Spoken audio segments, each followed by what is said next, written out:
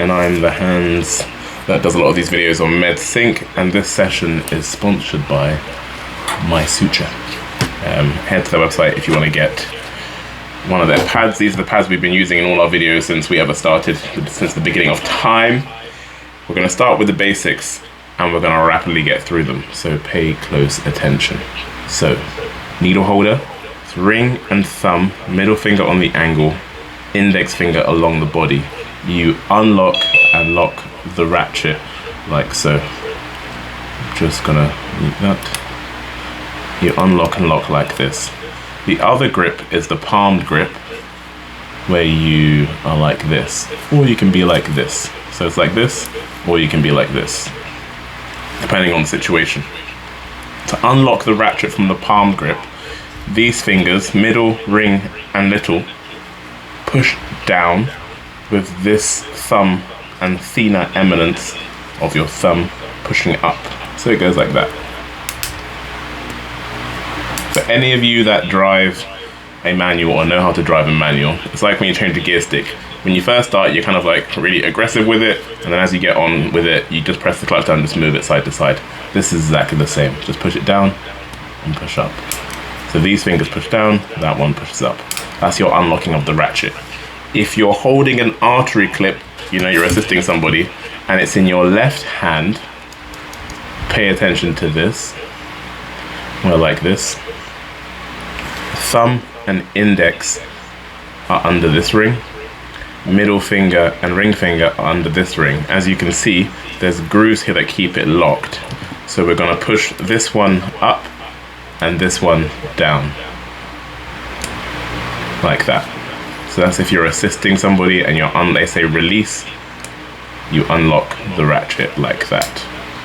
So we've talked about holding needle holder, palming your needle holder, and left-handed needle holdering. Yeah? Alright, let's get to the suturing. So we're mounted, we're going to take a suture. Let's go for a nylon. Typically your scrub nurse will give you your kit, but if they do not, and you're doing it yourself because you're in A&E or in a ward-based setting, packet is here. You've got, let's go through some anatomy of our needle. You've got, I'm going to zoom in for you. You've got the body and the swage sitting right here. The swage is where the suture attaches. The body is where you're going to mount it. There's more needle over here, so I'm just going to mount it in the packet and pull the packet away. The needle stays close to me. And then you get rid of the packet or pass it out. Your forceps are in your other hand. I'm going to do a zoomed out view and then a zoomed in view. We're going to do an interrupted suture. This is the angle of entry, not this. You want to be 90 degrees in. So make sure you do that.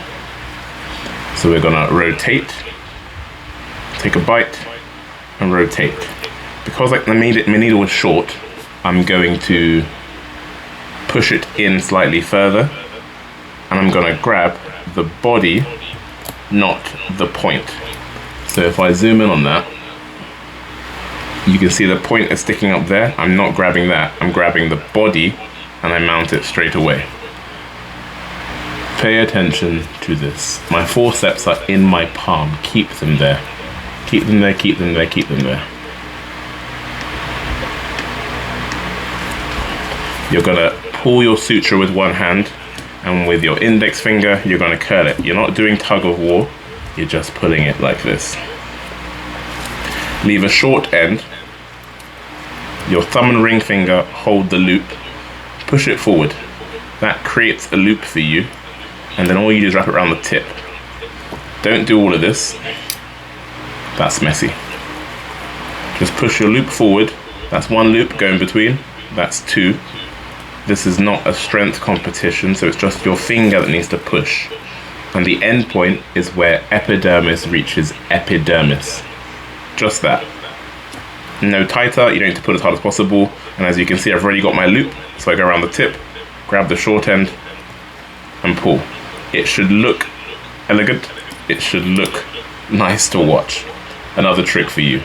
Slide your hand down your long suture, put the needle holder into your middle finger or any finger, and if you're cutting for yourself, you then are ready to cut, like so.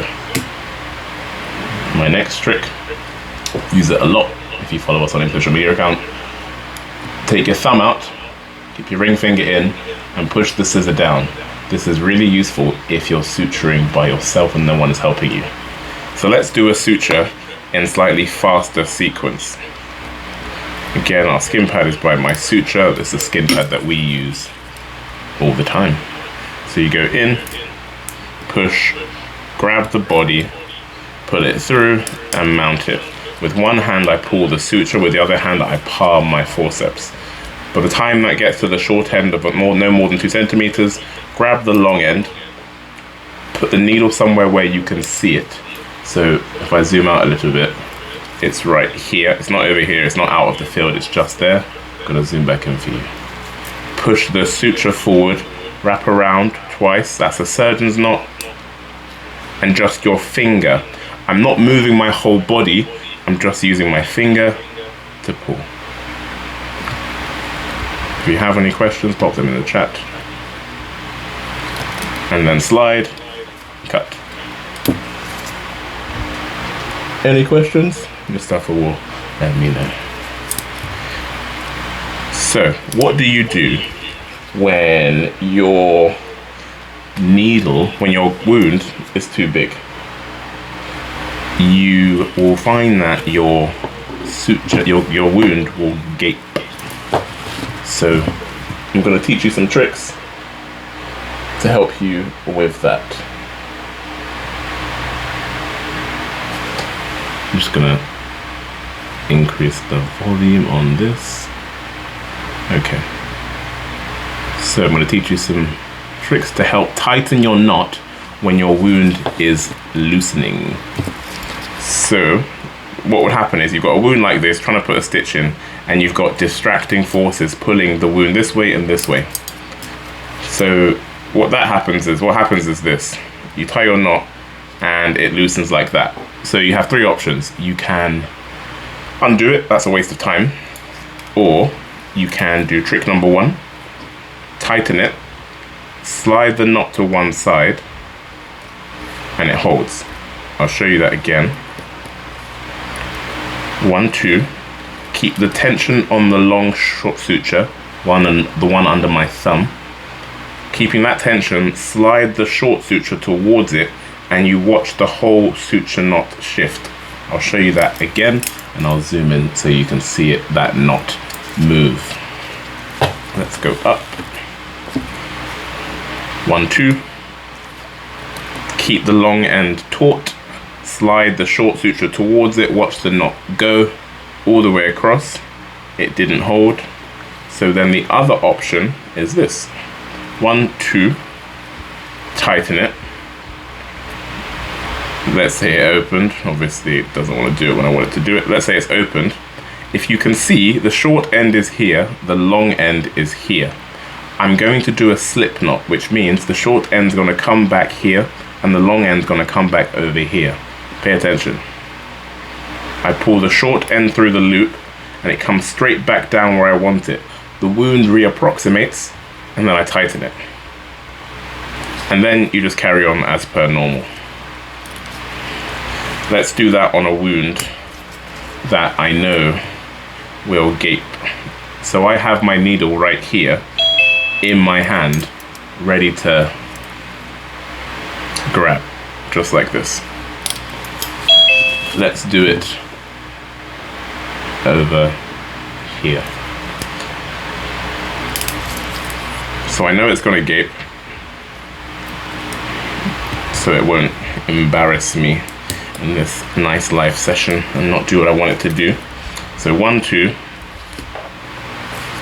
So it reopens, so I can try locking the knot.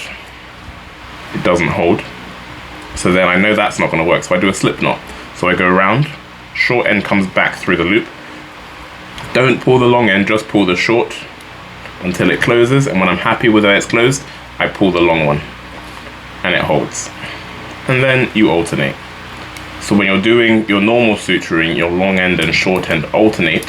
When I want to retension the knot and reclose the wound because it's gapped and the knot's unraveling, I do a slip knot, and that means the short end comes back to where it came from until it closes, and then I pull the long one. I'll show you one more time. Yeah, let's do it here.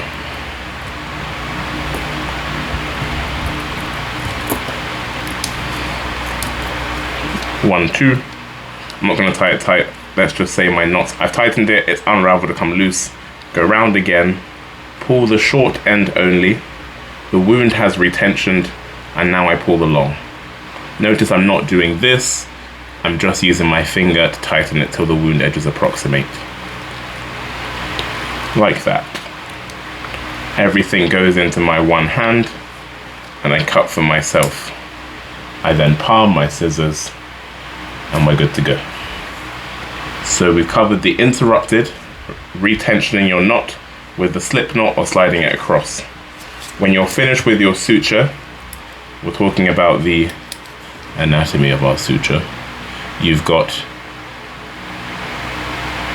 the point, the body, and the swage. The point is the sharp bit, the body is where you mount it, the swage is where the suture attaches. Don't forget it.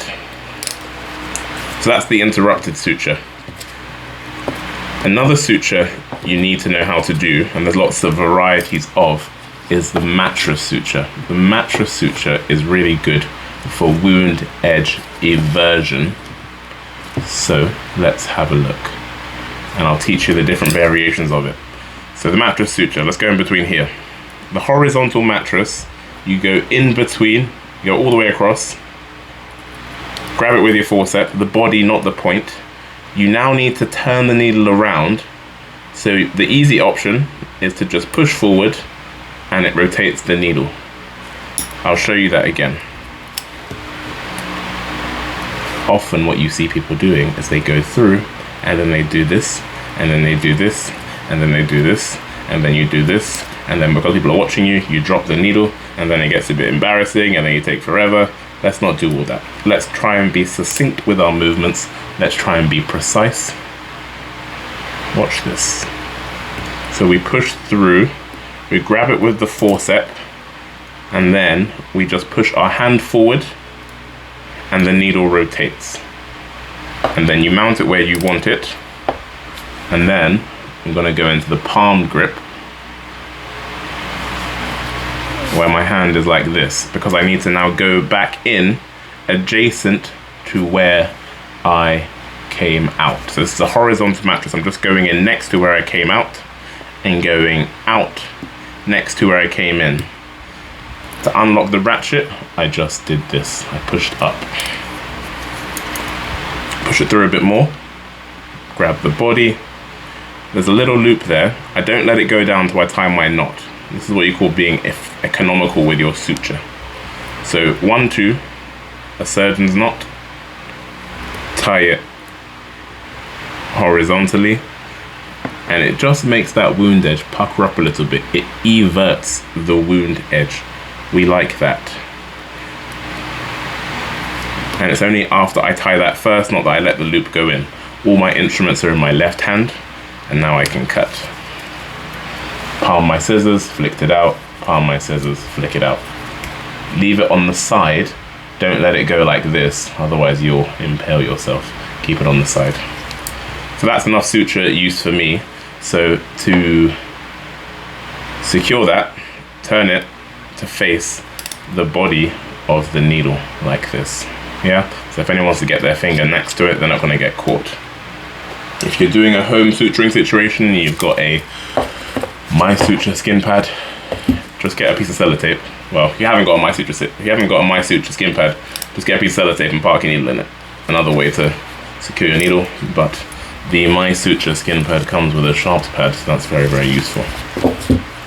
So, we've done the interrupted, we've tightened our knots, and we're doing the mattress sutures.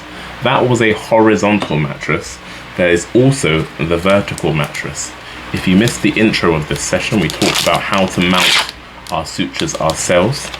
And what we said was, in your suture, you have visible the body and the swage. The swage is where the suture attaches. You can mount the needle 2/3 along the body straight away, pull the packet away, not the needle. Your surgical field remains where you operate and everything stays within. So we've done the horizontal mattress. I personally am not that keen on the vertical mattress, but I think it's essential and I think it's useful for gaps like this. The vertical mattress is useful for gaps like this. They're small and an interrupted will be fine, but I want it to evert a little bit. So if I go in, take a slightly bigger bite than I would for an interrupted, push it through. Now, the other way to reverse my needle, which is the way I like to do it, both are fine, is I put the body of the needle on the skin that's already anesthetized and I just rotate it. I just rotate it. So I go through, I mount it straight away, and then I just rotate. Now, you may say, does it not hurt the skin? Well, the point doesn't go into the skin, and you would know because you'll see a drop of blood appear. There would be a hole there. There's no hole there. I've just used the body, not the point, to rotate it. So you have two options how to reverse your needle. Pick one. For the vertical mattress, you go in directly in front. For the horizontal mattress, you go in adjacent or next to. So for the vertical mattress, you go in just in front, and it's good for punctate wounds, it's good for wound edge eversion. But if I had a wound as long as this, I'm not doing vertical mattress because that's not efficient. And suturing and operating is about efficiency, not about rushing and speed. It's about making decisions that don't waste time. So see how that's all come together very nicely. Make sure you alternate your position, and it's just your finger tightening. Instruments all up together, and you cut for yourself and reverse. So that was the vertical mattress. Mustafa, any questions in the chat? No questions. Okay, if you have any questions, pop them into the chat, otherwise we'll just race on. We've covered interrupted, horizontal mattress, vertical mattress. Some other varieties of mattress that are helpful are the half-buried mattress. This is a really useful suture for corners. So it's also known as a corner suture. I'll show you one in aerial view, and I'll show you one zoomed in. So it starts like a horizontal mattress. Push it through. Mount it straight away and pull your short end so you have a small edge there. Then you take an intradermal bite, so it goes horizontally across in the dermis. You do not see it come out of the top layer, all the way across the tip. There's two ways to grab this needle. You've got the prongs of your forceps, which have teeth like this. If you go and grab it, try and grab it between your prongs, you may miss, and you kind of just spend time going like this either side of it. The other option, rather than going vertical, is to go horizontal across it and squeeze, but not the point, just the body, because then you don't blunt the tip. Mount it straight away and pull. You now need to turn your needle around, so this is what I do, but you can also just push your hand forward and it will rotate. And then you go in the same way you would a horizontal mattress. You come out adjacent to where you started. So notice, kind of doing it as a reflex. I've got a loop of suture here. If I go through that loop, this will get me caught in a loop. So I just push the suture down and go on top of the loop. Focus on the needle and what you need to do to get it out, and make decisions that will get you out of trouble before they happen. So that way you look neat. I tighten it and it brings that corner in really nicely. I alternate. These are reef knots. Single revolution on the needle holder is a reef knot. Double revolution is a surgeon's knot, and cut. And then we're just going to do another one here. So we're doing a half-buried mattress, also known as a corner suture. So we go in,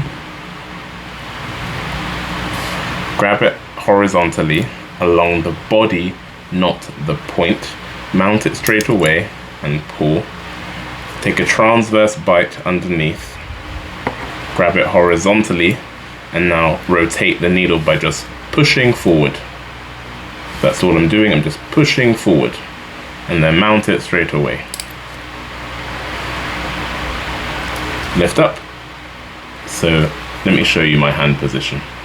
I think that's also important. I'm now like this, I'm suturing backhand. Some people can suture backhand and get this rotation really well. That's uncomfortable for me.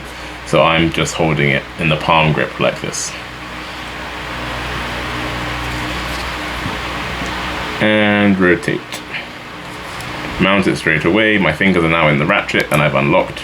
Put it through and mount. My forceps are always in my hands. I never have to pick it up. Push, 1, 2.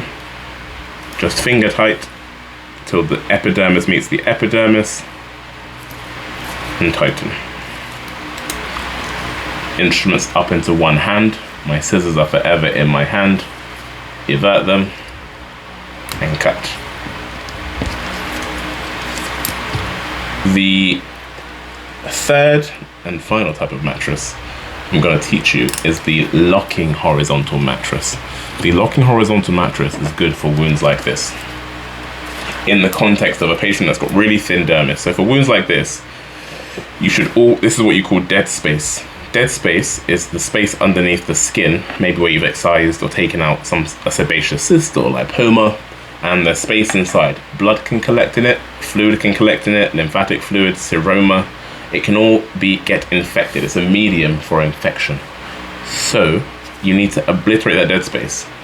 But let's say the dermis is really, really thin, or I know the patient needs to come back to theatre for the proper wound closure. I want to alleviate that tension, so I can put in those tension alleviating sutures in the base, the deep dermals. But I want to make my life easier by narrowing this wound.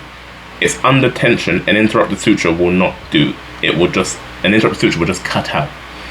The knots we tied before, where we just retensioned it, will not work.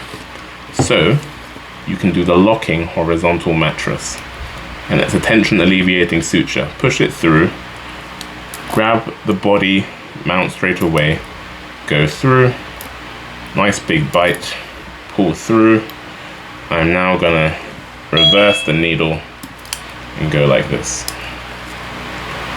So we're doing the tension alleviating suture, which is the locking horizontal mattress.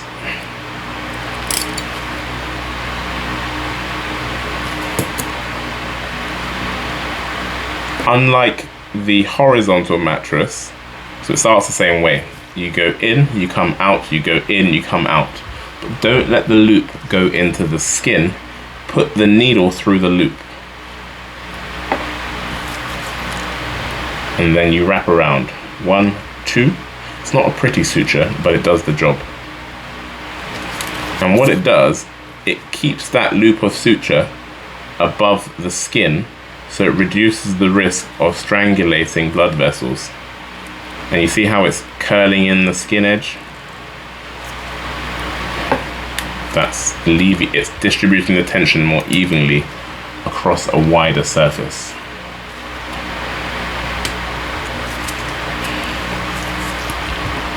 So that is the locking horizontal mattress. So we have covered how to mount our instruments. My typical grip is this. Forceps in my left, needle holder in my right. My palm grip is this. Can unlock the ratchet like this. I reverse my needle by pushing the needle down, or I can just push my wrist forward and mount it straight away. You've got the interrupted suture, which is our basic suture for everything. You need to be able to perfect this, and it needs to go smoothly. We talked about tightening our wounds. I'll just show you that one more time. You have two options. You go through, grab the body, palm your forceps. You can lock your knot by putting tension on the long suture, slide the short suture all the way across. If it doesn't hold, keep the short end where it is. You go around and bring the short end back to where it came from. You can see that the wound is now closed, so I'm going to pull it. And then we carry on.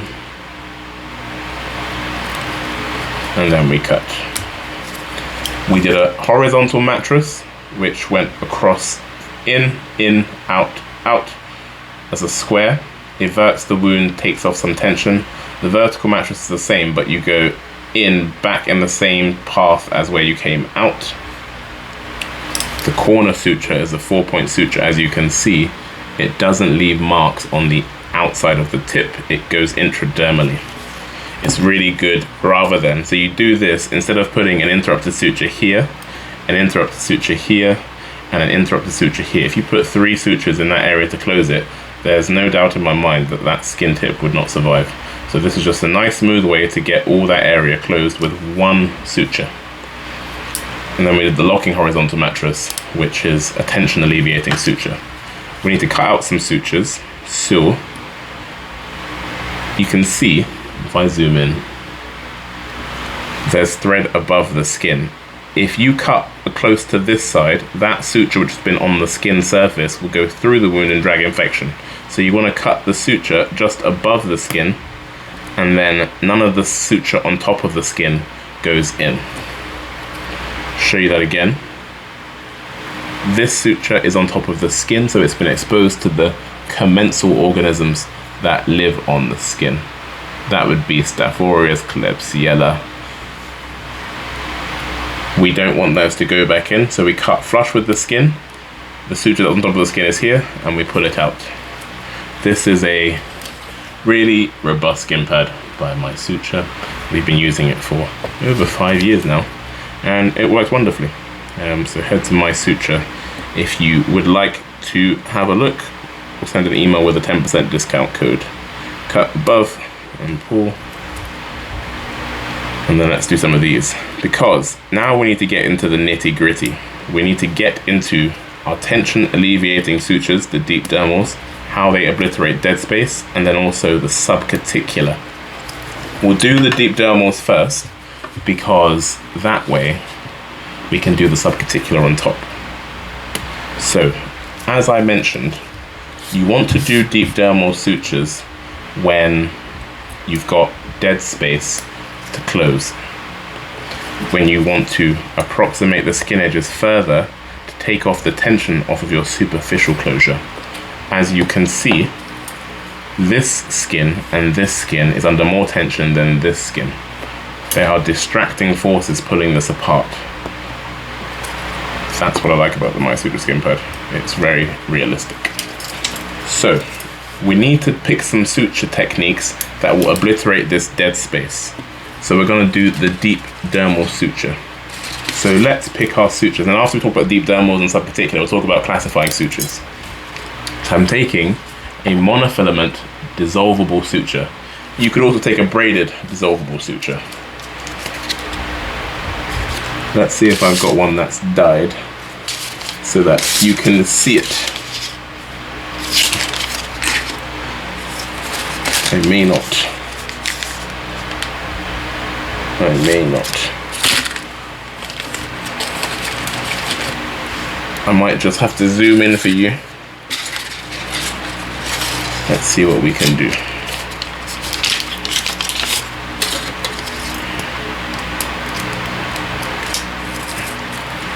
So we're going to zoom in.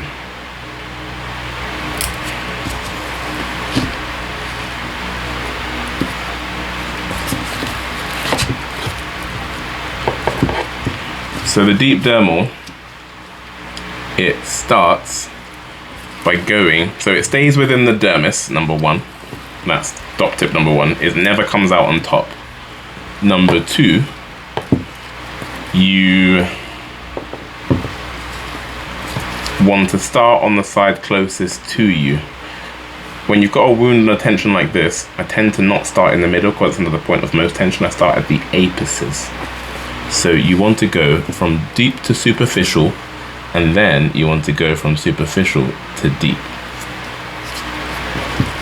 So you reflect the skin back, take a good bite. Typically people go vertically. You don't get enough distance between here and here. So I go obliquely, not horizontal, obliquely. Deep to superficial, and rotate.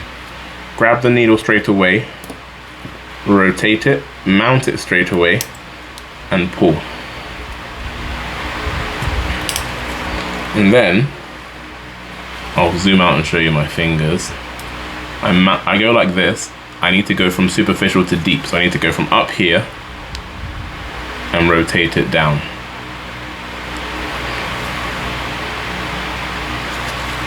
So you go in opposite to where you started. And again, I go obliquely.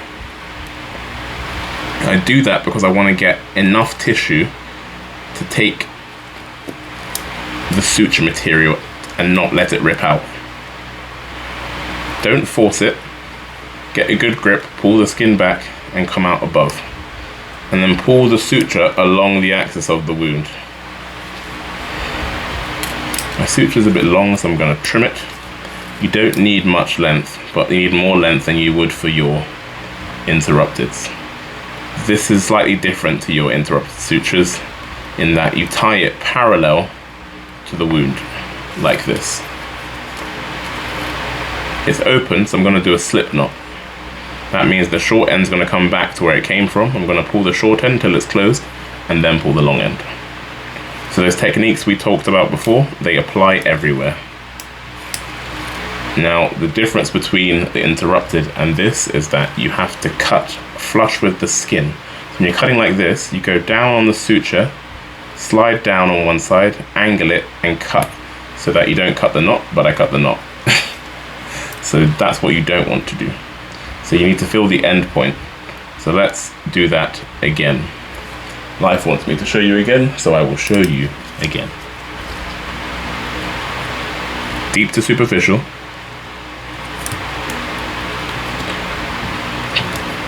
Push it through.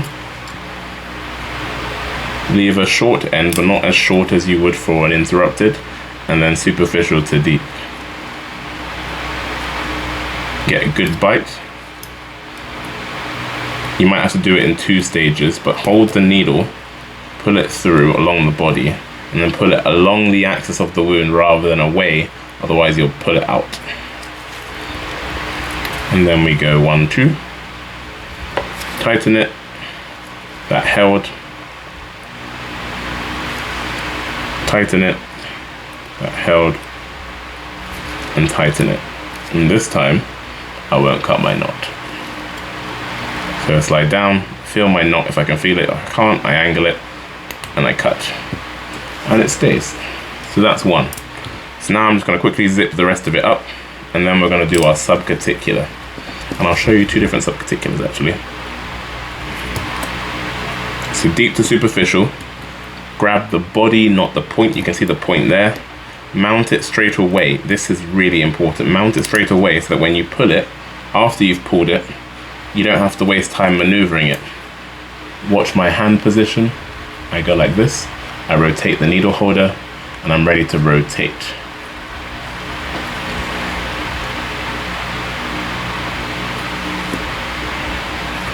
Push it through. I can see the body there, so I'm going to push the skin down, mount it straight away, and pull along the axis. 2 revolutions is a surgeon's knot.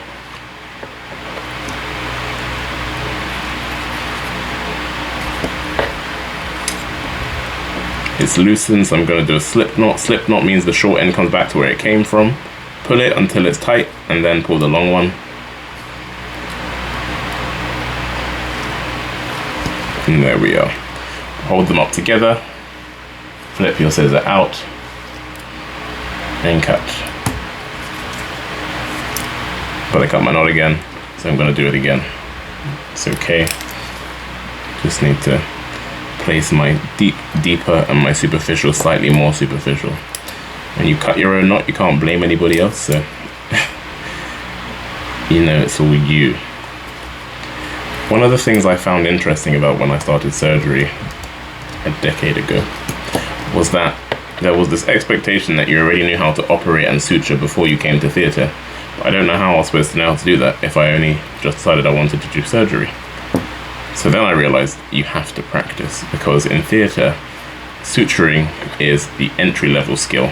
It's not the skill that you're aiming to learn. You're aiming to learn how to operate. Suturing is just a medium for closing the wound, and it's usually the first test of what you can do. So those that could already suture got more opportunities.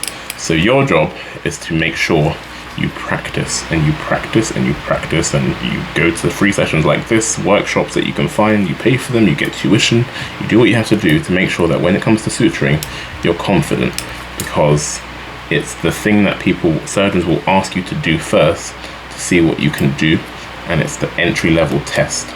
And you're supposed to do it confidently and make good decisions and do it so that it looks good. So you have to practice in your own time if you can't suture, and that's why coming to a session like this is to your credit. So as you can see, I've now taken off all the tension off this wound. So now I'm going to do a subcuticular. Probably cut my knot again, but it's okay. Secure our needle.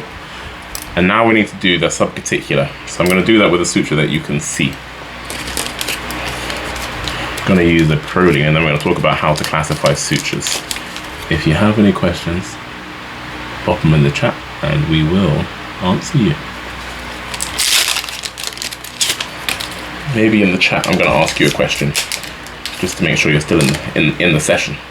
How do you classify sutures? Pop it in the chat, and maybe the person that answers first will get a free session with me, and we'll cover everything you need to know to be a superstar. A whole free session. That's a big thing, I think. I wish someone would take a free session with me when I started. So how do you classify sutures? So this is the subcuticular. I'm going to show you the pull-out subcuticular, which is one where the ends stick out. You tend to do it in pediatrics. You tend to do it in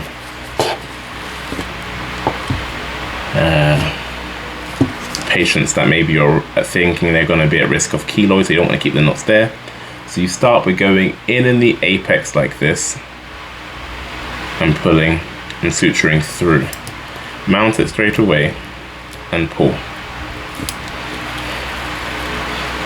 Leave another end. So the intradermal or the subcuticular, you have to go in the apex and in the apex. This is how I do it, because I think the apex is the point where you often have a gap. Follow the curve, and it's just under the epidermis in the dermis. Put counter traction on, and again I tend to go back on myself because I find that it's the apices that tend to have the gap, and I'm flicking between the palm grip and a mounted grip. Push it through, mount it straight away, counter traction, and pull. And you see how my apex is now well closed. I think you only get that if you go back on yourself. You then need to go in opposite where you started, not behind, just opposite. Sometimes a little bit in front. And you're just going to go in the intradermal tissue as superficial as possible without coming out on top. You see the body, you grab it really firmly, mount it straight away, and pull. Don't get caught in the loop. So the thing you can do to get out of caught in the loops is this.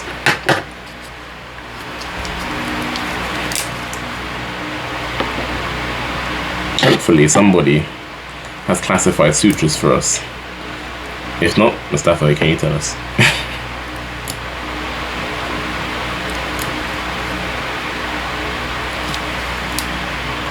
Anybody classify sutures in the chat? Go on. So the first question to describe the sutures, I think interrupted suture and natural suture. Okay.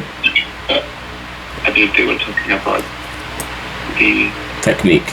Technique, yeah. And then the other person said natural, synthetic, absorbent, non-absorbent, mono, filament, and braided. Okay. All right. Well, if you both send your email in the chat, Mustafa will save it and you both get a free session with me. The winner, however, is the second person. So it's monofilament braided, absorbable, non-absorbable. Natural and synthetic is another one. Depending on where you work in the world, you may not see natural and they're all synthetic, but indeed the classification would be monofilament braided, dissolvable, non-dissolvable, natural and synthetic. If you pop your email into the chat, we'll organize you to have a free suturing session or any other skill that you would like to cover. Actually, just pop your email in the chat, both of you, the first person and the person that classified the different techniques. You can both have a free session.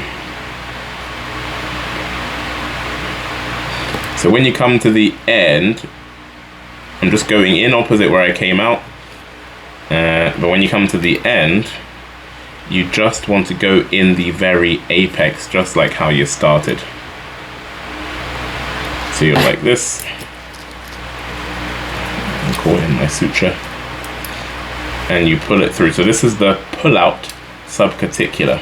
So ideally, when you pull your suture, it glides like so, which it does. And you can see my suture material reducing in length at this other side. So it means that in a week's time, once it's healed, let's say it's an upper eyelid, or it's a small wound on the back of the hand in a child, or a forehead laceration, I can just pull it out. But if it's, for now, you cut the end, you put some steri strips on top, the butterfly sutures, that's what people call it in the community, strips on top, and then in a week's time, you just pull it out, like so. Are you watching? If your suture doesn't move inside the wound, you've locked it somewhere and it's not going to come out in a week's time. That is a very big tip.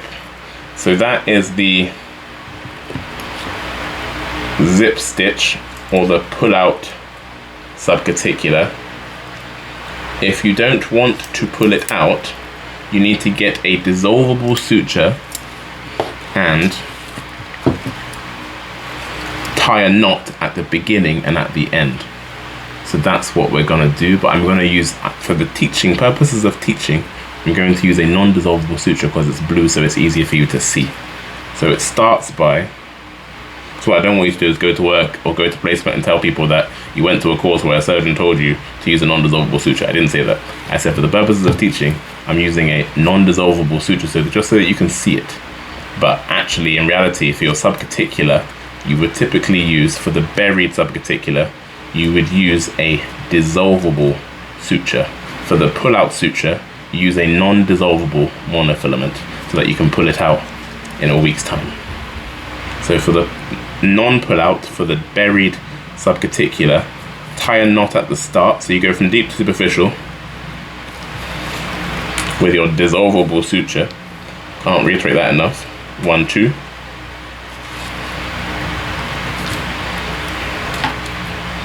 Notice how I'm suturing the same wound over and over and over again, and it's holding my sutures except for when I cut the knots out. Skin pad by my suture works really, really well. Cut just one suture. So I'm going to zoom into that for you. I'm just going to cut the one and keep the end with the knot, the suture attached to it. So we're here. Zoom in a little bit. Obviously I've cut my deep dermals out, but that's okay. We persevere and we continue. And we do the same thing, taking small bites in the intradermal tissue, at the dermal epidermal junction, just underneath the skin, as superficial as possible without seeing it come out on top. And we keep going in opposite where we came out. The key to this being mount it straight away. And so the two people that classified the suture technique and the sutures first, please put your email in the chat. Mustafa will write it down for me and we'll organize your free sessions. So we're going in opposite where we came out. If you like the idea of free sessions and you want to be part of our community, go to medsyncltd.com/community and you can join our full community. It's pretty good value. You get a monthly one-to-one session with a surgeon, coaching. You get access to all our members videos on our website, which is the same as all our members videos on YouTube, but you can only access those if you're a member of our community on YouTube or on our website. Our website being the one with more value because you get the videos, you get a one-to-one session every month, you get access to our videos, and you get free access to all our paid live events. It's pretty good value. Push it through, grab it across the body. Notice how I mount it straight away, but I'm not going vertically, I'm grabbing it horizontally.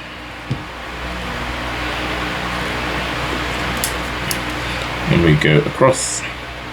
The end of this is really, I think, what you need to pay attention to, because we're going to do the Aberdeen knot.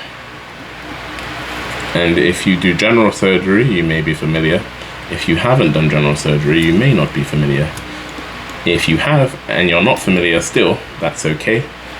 That's why you're here. So as I've come to the end, I do not come out of the apex yet. What I do is I leave a loop. Let's pay attention to this. So I leave a loop. I put 2 fingers in the loop.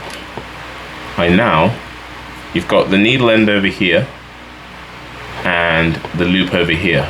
Pull the suture with your index finger through the loop, but don't let the needle come through the loop. It creates a loop here. Pull the under loop and the knot will slide down just like that. Recreate the loop. Pull the suture with the needle end attached to it through. It makes another loop here. Pull the suture end from the bottom and the knot goes down. This is a monofilament suture, so we do between 4 and 6. Pull the under. Pull the under. Make sure your knots go down flush, and now bring the needle through the loop. And now you need to anchor this deep inside, like this. And that is our subcuticular. So what do you do when you have a look and you see gaps like this? This is what you do. You take a very small suture, like a 5/0, and you take a small bite, a 5/0 dissolvable suture, like Microsurgery, and you just take a small bite, like this, and you stitch the gap. That way, you don't have to undo all your hard work, and they just get a small stitch that will dissolve or become weak within 7 to 10 days. And you repair your work, just like that. So that's how you fix a gap in your subcuticular, or even the edges out. So we said we would now cover suture selection, and we can talk about technique selection. And then after that, we'll talk about techniques for speed. So suture selection. We've classified it into monofilament, braided, dissolvable, non-dissolvable. Let me give you some examples. Monofilament, I'll give you the common brand names so that you know them. Braided, non-dissolvable, dissolvable. This is monofilament dissolvable. This is monofilament non-dissolvable. Monofilament non-dissolvable, 2 different types of suture, proline, nylon. Braided, dissolvable. It doesn't just stop there though. So as we've discussed, dissolvable sutures you definitely will use to close dead space like this, or to hide if you don't ever want the suture to come out or to have to be taken out. Use a dissolvable suture. So that would be something like Microsurgery you use on top of the skin. Something like Vicryl or PDS you use under the skin. This is fast dissolving, the Rapide gives it away. PDS and Vicryl take longer to dissolve. This takes long, this takes longer. So if you want something that's going to last a long time, you use one of these. How do I decide between whether I use, if I'm going deep, whether I use a PDS monofilament or Vicryl braided? Simple things. If I've got a patient with really thin dermis, where I know that the tissues are a bit friable and rip out a bit more, I use sutures that grip nicely. Vicryl is braided, so when it goes through the skin, it captures the dermis in its fibers and holds very nicely, so it doesn't rip out so easily, it doesn't cheese wire. Some people like Vicryl more because the braided suture is softer than the monofilament and cannot spit out. If I want a suture that's going to last a long time, patient's young, they've got a good dermis, I tend to just use monofilament. If the wound has been dirty and I've debrided it or taken away unhealthy tissue, there poses a risk of infection even though I have taken away the unhealthy tissue. So I use a monofilament suture because in those braids of suture, you can get bacteria sitting in the gaps, theoretically. So I might use a monofilament suture in a wound that needs to alleviate dead space, but I don't want to add risk of infection. And then the Rapide is a superficial suture. It only keeps its strength for about 7 to 10 days, so it's not going to hold tension off for weeks. Then we have our monofilament sutures. So I think this just comes down to preference, really. A few things to notice. With Prolene, if you can see, I use nylon at the start and I use Prolene afterwards. If you can see Prolene, it curls up and keeps its memory of its original shape. You have to really make sure that when you tie your knot, you take out the tension before you start. To take out the tension from the suture, you hold the swage end like this, and you pull the suture really firmly to take out the memory. I'm holding the swage end so that I don't pull out the knot, the suture from the swage, but I want to straighten this suture material. It's not that easy to do. It has a predisposition to hold its memory, but you see how now it's less curled up? That will help with your knot tying. Whereas nylon doesn't really do all that. It's pretty straight the whole way. Why would I use one over the other? Something simple. If I'm stitching somebody's forehead or hair and they've got black hair, I tend to use Prolene. If I know these sutures I'm gonna put a lot of sutures in, even if it's a continuous suture, but I want it to be easily found in 7 to 10 days, 14 days, I'll use a Prolene and I'll leave it long so it's easier to identify. Person's got black hair, and it's gonna be in the hair or any hair area, don't use a black suture. It'll be very hard for whoever's taking suture out to find. There are more details you need to look at when you're looking at your sutures. You have needle type. So when we're looking at our needles, I'll zoom in a little bit. You can see a few things. Let's just look at this nylon. This number 30 is the strength required to break the suture. So the 30 is stronger than this 40. It's stronger than a 50. But it is not stronger than this 1. So it's about the strength required to break the suture. It's not about the size. The size of the needle is actually here. It's this. It's 26 millimeters long, so 2.6 centimeters. Whereas this one, this Prolene, is 24 millimeters long. And then we have this Vicryl Rapide that is 26 millimeters long. The next thing you can look at is how much of a circle does it make. This is 3/8 of a circle, so it really aligns itself to being used for skin, so that I don't have to rotate. I have to rotate reasonably well, but I need to have quite good access to do it. Where you have this suture, which actually is 5/8 of a circle, so it's really curved, This is really useful when you're operating in a vertical space. So let's say I'm stitching somebody's gum for whatever reason, stitching a flap into somebody's mouth. This is really useful because I haven't got much space to be rotating my wrist. So a small rotation is more likely to bring out that curve. So if you've got a deep dark hole that you're suturing in and not much space, either bend your needle a little bit more or get a really curved needle, 5/8 of a circle. And then one more factor you need to consider is the needle type. The suture for suturing is typically your reverse cutting. What does reverse cutting mean? Reverse cutting means the cutting edge of the needle is on the back. Cutting means it's on the front. So why do we want reverse cutting? I'll explain. So cutting is here, pointy bit at the front. Reverse cutting is pointy bit at the back, pointy bit at the back. So the nylon is reverse cutting. Remember I said pointy bit at the back. When you're suturing, you suture from the front. If your inside face is cutting, you're more likely to rip out.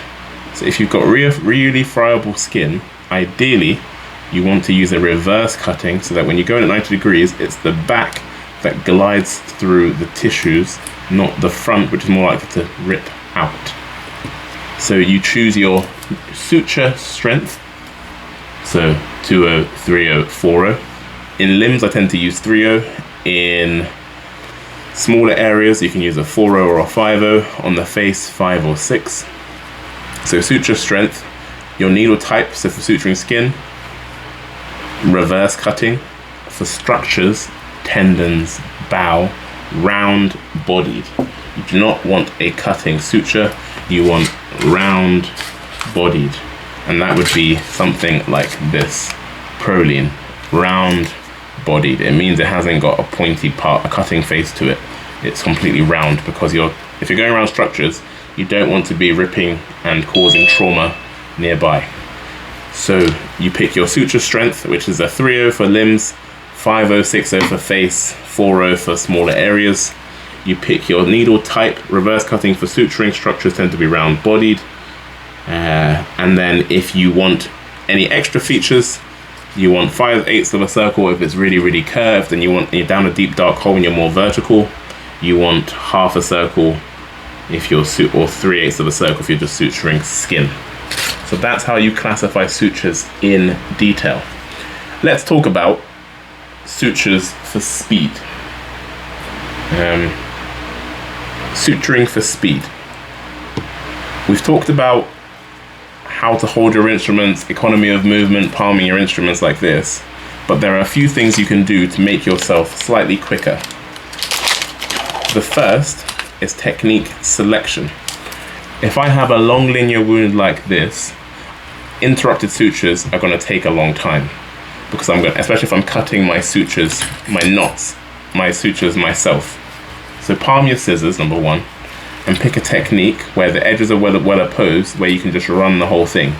Options being the intradermal, but an even quicker option would be the continuous suture. And that's what I'm going to do here. So the continuous suture is a really good suture for speed. You can use dissolvable, non-dissolvable, just a question of the patient and your thoughts.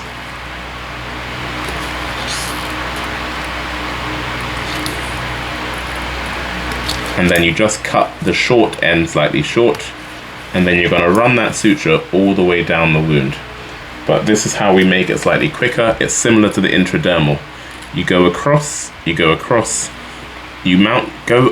horizontal, not vertical. Mount it straight away. Go across in one because your edges are well opposed.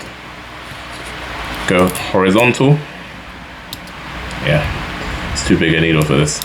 Pull it through. So I'm mounting it straight away. I'm not wasting time remounting it in the air. And as you can see, I'm already halfway down the wound. Got a big needle. It goes across really nicely. Mount it straight away.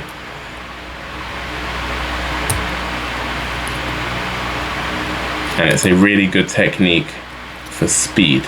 So if you're gonna do a simple closure for a long linear wound, interrupted is fine, it will just take a while. Alternatives are the continuous or a subcuticular. The continuous is slightly quicker. Keep a loop and treat it like one suture thread. 1, 2, and pull. It's a bit loosened, so I'm going to pull that short suture through until the wound closes. It's closed. So now I pull the long and pull. Hold your instruments up together. The key with this, if you can see, is that although it goes across obliquely, I didn't stitch it obliquely, I just went across straight. But as you move across, the suture becomes visible on top. That took maybe less than a minute or a minute and a half. So I think it's a really useful technique. Any questions, pop them in the chat. We've got those 2 free sessions for those guys that answered the question. Make sure you just pop your email in the post in the chat. Techniques for speed is what we're covering. So technique selection is one. Where you choose to start your suturing is another. So let's say I have to put in interrupted sutures in this long wound. Let's say it's this one actually. This long wound here, because it's quite curved, it's not that straight. I don't want to do a continuous because I think it's going to be a bit messy. Half the wound as you go. So rather than starting here and working all the way down, do it in halves. So I'm going to start right in the middle because it's not under tension.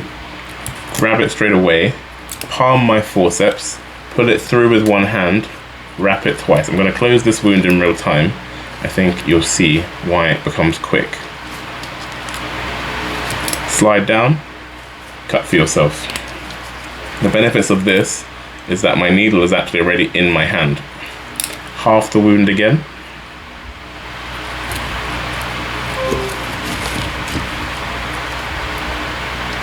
And cut.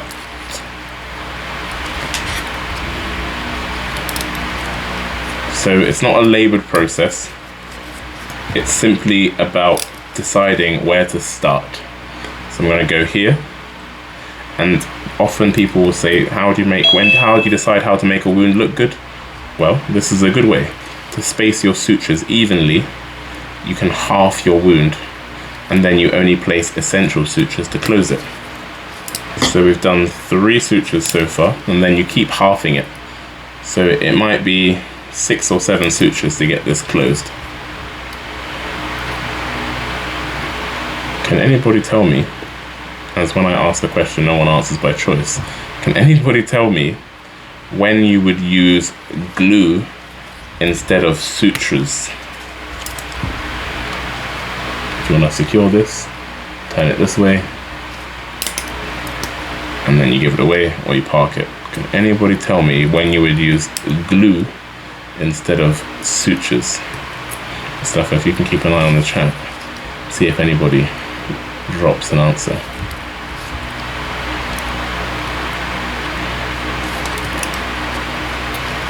I haven't decided if there'll be a prize yet. There might be.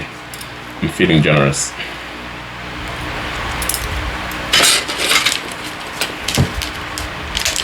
So we're going to continue to half this wound. I think we do 1 here, 1 there, and then we review the situation.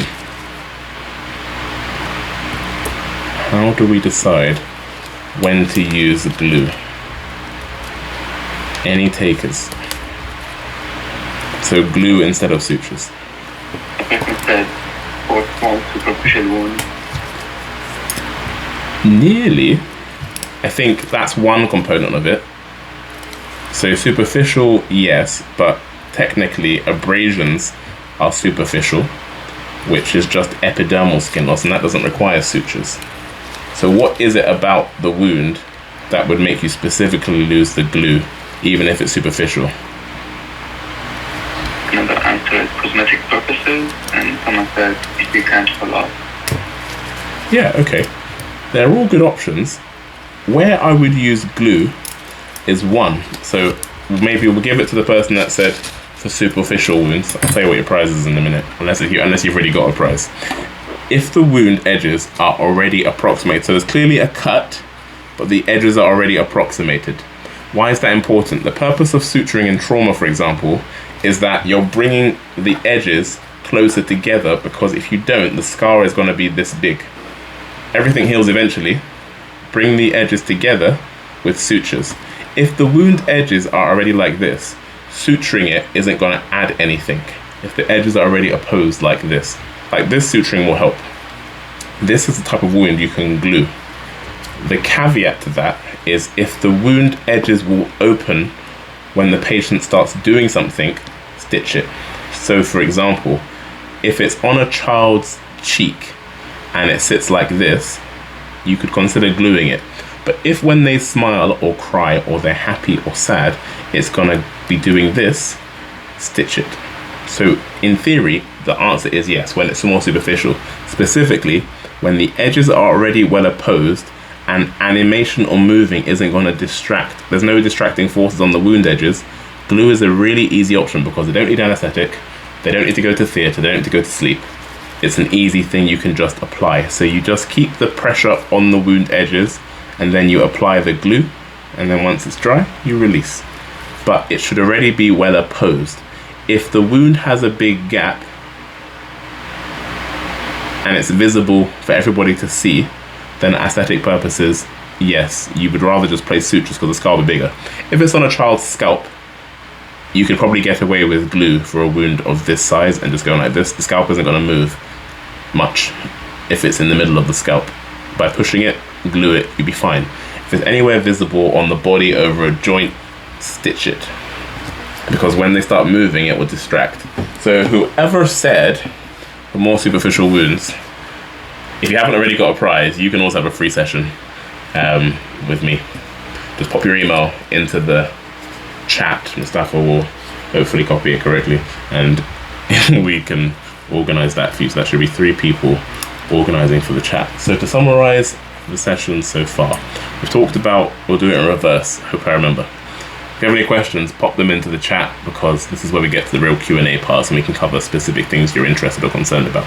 For speed, needle holder and forceps in your hand like this. If you can, try and be flexible with how you hold them. So this is a typical grip, you unlock and lock. You can unlock from the palm grip like this, or you can palm it like this, and then from that position, you can go like this. But it's always about these fingers holding this down and your thenar eminence pushing this up. Then you have your forceps in your hand, like this, and you're going like this. When you're ready to start tying your knots, palm your forceps and pull the suture with one hand. Don't do this. This is a waste of time. Just pull it with one hand and then leave a short end and a long end and just wrap, push it forward and just wrap the tip and tighten. If you're cutting your sutures for yourself, before you start, hold your scissors in your hand, take your thumb out and palm your scissors, just like this. Don't let it go here, otherwise you'll impale yourself. Hold it here. Force needle holder goes on top. And so you're here in a closed loop system of efficiency. If you have an assistant, the 4th technique you can use is when they're coming, remember I said put the instrument into your hand like this. When they're coming with the scissor, you can slide your hand down the suture and find your needle so that when they've cut it, you can just mount it straight away and you're good to go. The next thing for speed is mounting things straight away. So if you're doing a subcuticular continuous suture, push through. Rather than grabbing the needle vertically, grab it horizontally so that you can't miss and mount it straight away. We don't want to be doing all of this and all of this and then all of this and then dropping it, and then it kind of just gets into a circle of disaster and embarrassment. Don't do all of that. The next technique for speed, reversing your needle. So the way that is most socially acceptable to everybody is you go like this, push forward, and it rotates. And then you just grab it like that. And then you can do your backhand suturing. The other option, which is the option that you may use, let's say for example you're stitching under somebody's armpit and you're holding their arm up because they're asleep, you haven't got an assistant, your other hand, your left hand is out of action. If you just push it through, pull it through, you can mount it straight away, put the body against the skin that's anesthetized and rotate it, and you're good to go. So your left hand's out of action, you just need to rotate it. There are two ways to rotate it. And then the next thing for speed is to pick a technique that is quick and doesn't require lots of knot cutting. So the continuous for superficial, the subcuticular for superficial, or if you have to do interrupted, do the wound in half. So place it in the middle, place it in the middle, place it in the middle, and keep halving it. And finally, as I said, there's this big thing about when you turn up theatre, magically you're meant to know how to operate, and I don't really see how that is possible without practicing. So get yourself a MySuture skin pad. It comes with all the sutures you need, all of the kit, and a sharps pad. It comes with this skin pad that we've been using for the last 5 years, and it's robust. I've shown it to you live. It holds sutures very well, but you have to practice. The key is practice, practice, practice. If you do not practice, you will not get better. That's with any skill. I don't believe there's any such thing as you're a natural at suturing. Who is born knowing how to suture? I don't believe it's possible. Some of you may have been more gifted than me, but for those that aren't as gifted as you, we can get there just through repetition. Reps outweighs gifts. If you do the work, there's no way you cannot succeed. So just do the work, put in the practice. We cover the interrupted suture, we cover the horizontal mattress, where you go in next to where you came out, the vertical mattress where you go in front of where you came out. They're both good for wound edge eversion. The horizontal mattress will cover more of the wound in one go. The locking mattress is good at alleviating tension. I'll just remind you of what that is. If you have any questions, pop them into the chat. The locking mattress goes like this. You go through, turn the needle around,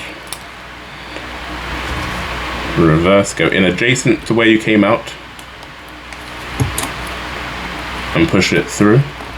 And in that loop, this one right here, you put the needle through the loop, like so. This will distribute tension across the wound more and alleviate the tension very nicely. You either do that because that's what you want to do for your definitive closure. For whatever reason you haven't got the availability of deep dermal suture technique first, like you haven't got dissolvable suture in your department, fine. Or you're in A&E, you haven't got lots of nice dissolvable sutures that will hold the tissue well, fine. You can do the locking horizontal mattress.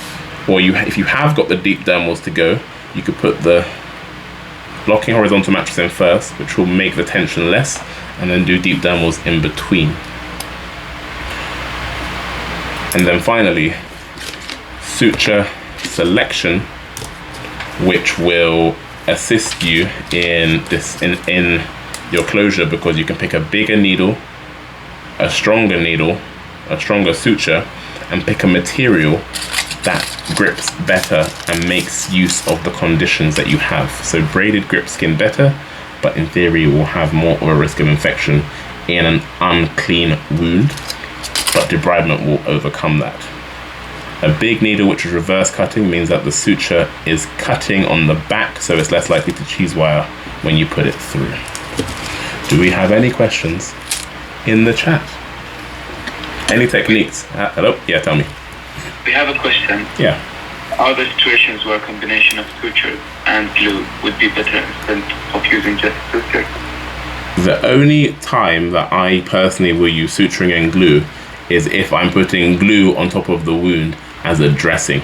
That's in two scenarios. If I've done a subcuticular suture where you can't see, so this one,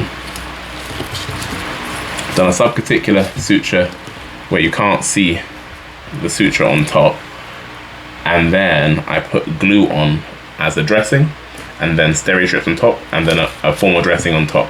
The other time I do that is if I put sutures on somebody's scalp, I then put glue on top of it as a waterproof dressing. But I would not typically be using, or the other third situation is a child, I do dissolvable sutures, and then I put glue on top as a dressing, and then steri strips as another dressing. Those are the three scenarios where I use suturing and glue. I would not be using a non-dissolvable suture on top and then glue on top.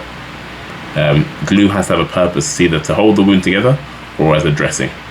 But if you've already closed the wound edges together and the glue you don't want it as a dressing, then there's no need for it. I hope that makes sense. Any other questions?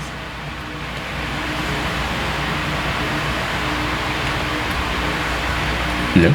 Okay. Mustafa, did everybody that won a prize today put their email in the chat to you? Yeah. Wonderful. So, any techniques I haven't covered? We've covered the vertical mattress, we've covered the locking mattress. I suppose other things to think about would be a complex wound like this. So I say it's a complex wound because it's got several different points. So anybody want to offer, now it's your turn, to pick your suture selection technique. I think this is a really good one for the last 10 minutes. How would you close this wound? Pop it into the chat. There probably won't be a prize for this, I'm afraid, but just know you have my respect. Pop it into the chat how you would close this stellate wound. It's got a corner and then lots of points here. How would you close it? Take a minute and pop it into the chat. No idea is a bad idea. You can do anything you want, but we want to pick some techniques that are efficient with time, and maybe tell me your suture technique. As an adult, pick your suture material.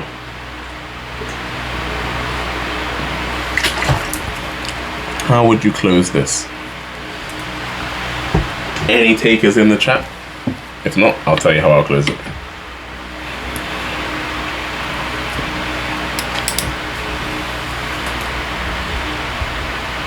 Give you 15 more seconds to think. If you want to be brave, post it in the chat. Go on, be brave. Any takers, Mustafa? Nothing yet. Alright, you tell me. How would you close it? I would start with the corner Okay, what technique? and the pill interrupted. Okay. And then the rest?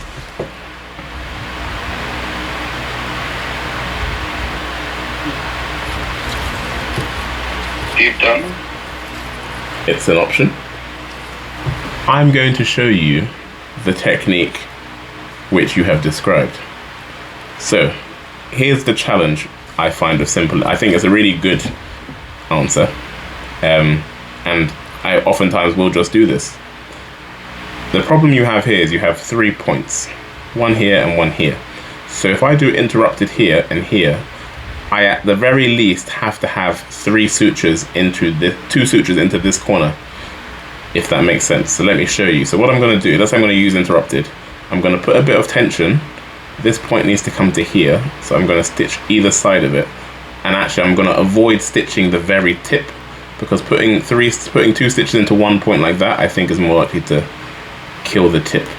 So I'm going to go next to the tip and bring the tip forward. I hope. But I'm going to use the techniques you have described. And then I'll show you what I'll do.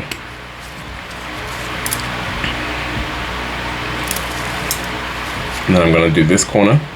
Again, pushing it forward so that when I finished, hopefully, that tip will be sitting right there.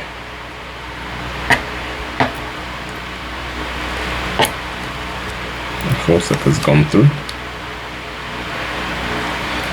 And then let's tie. Let's do this. It's going to be a bit loose, so let me show you a trick as well. Another trick, full of tricks today. You've got this, Index finger comes over, make a cross. So we're here, index finger goes under the long suture, short suture comes on top. I'm pulling the short suture really tight so that the wound stays closed. And then I squeeze the two together at the cross. Take the short suture through, keep the tension, now pull it here, let go. I did that because otherwise it would have loosened. Could have done a slip knot, that would have been fine as well. So now, as you can see, I have managed to bring the corner to here, and I've spared the tip itself. The next technique is now an interrupted here.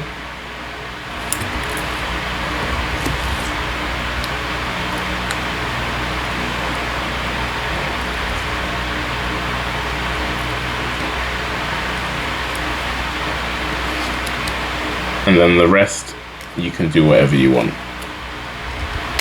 You can continue with interrupted, but I think the key is to get that corner in first. So I put the stitch between this one and this one. I did not include that, but I put the stitch for there to here and here to here. I left the tip free because the risk of skin necrosis is high.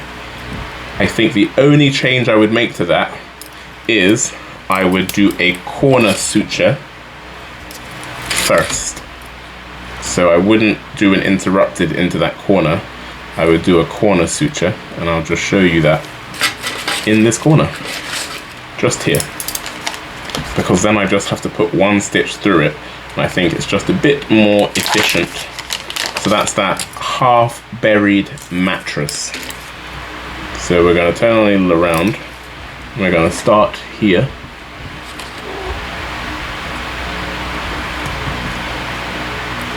So it's a 3-point corner suture. How about that? We're going to do an intradermal bite on this edge. So you don't want to see it come out. So a subcuticular type suture, just there. Mount it straight away. And then do a subcuticular bite. Let's get that out of the way. Subcuticular bite on here.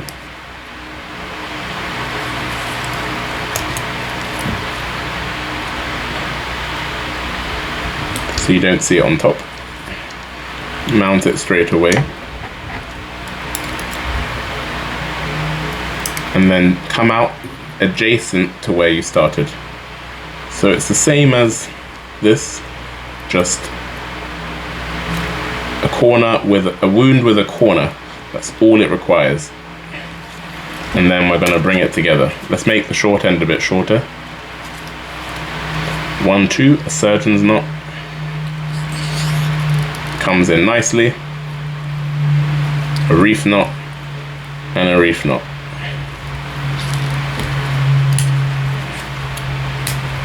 The outcome is the same. I think it's just less hassle for me and less knots in one area of skin.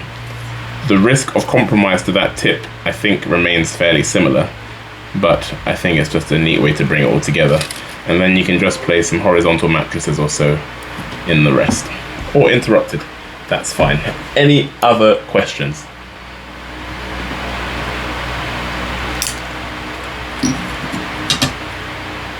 So today's session we've covered, I think, all the techniques you could possibly need if you go to theatre. Interrupted, deep dermal, subcuticular, continuous suture.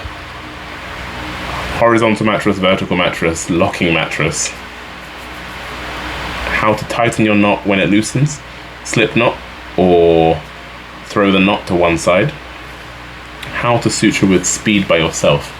Keep your instruments in your hands. Even if you have an assistant, keep your forceps in your hand.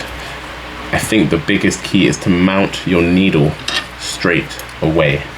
Don't put it down, don't fumble, and don't keep repositioning it.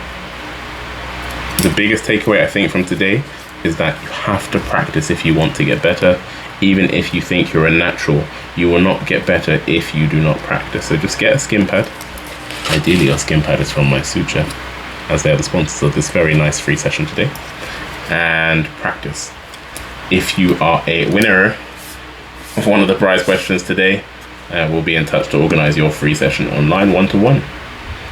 Any questions, pop them into the chat. In the chat, we've got a discount code for our next 2 live events. It gives you the opportunity to get free access to those live events. And if you don't mind, we'll send you an email for some feedback, just a rating on the website. That's all, nothing fancy, just put how many stars you'd rate the free program. And if you don't have any more questions, I will say have a good day.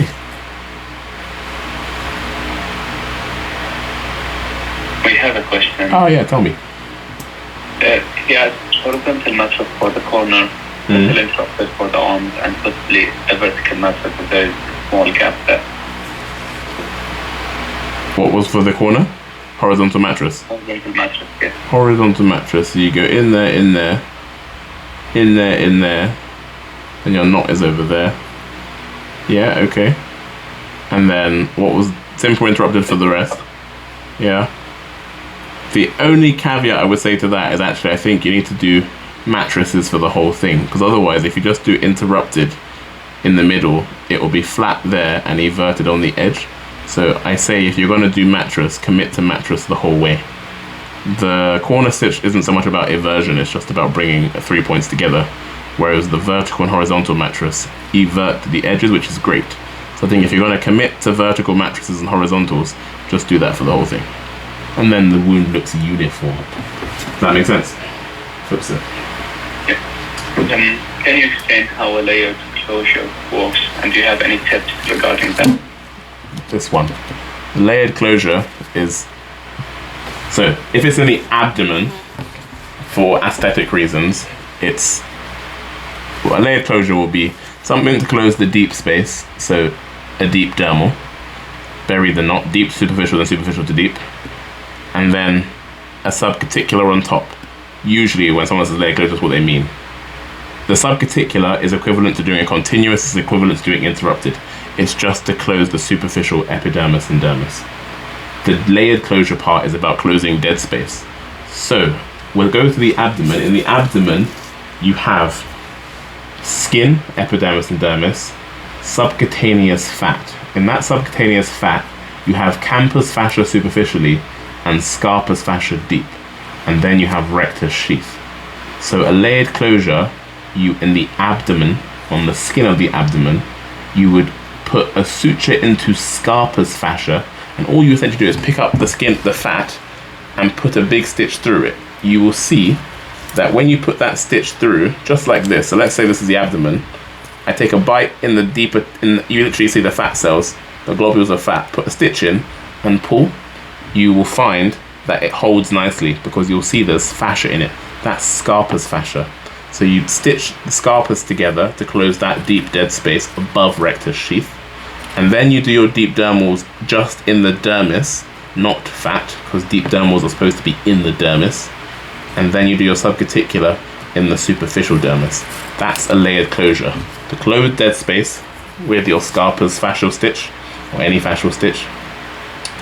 Then to bring the wound out of any tension with your deep dermals, and then to close and narrow the scar with your superficial suture, which would be your subcuticular, your continuous, or your interrupted.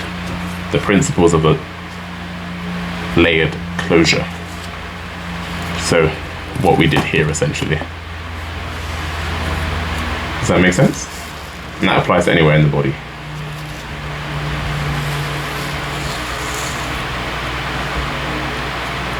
Any other questions or follow-on questions from that? I can probably look at the chat myself, can't I?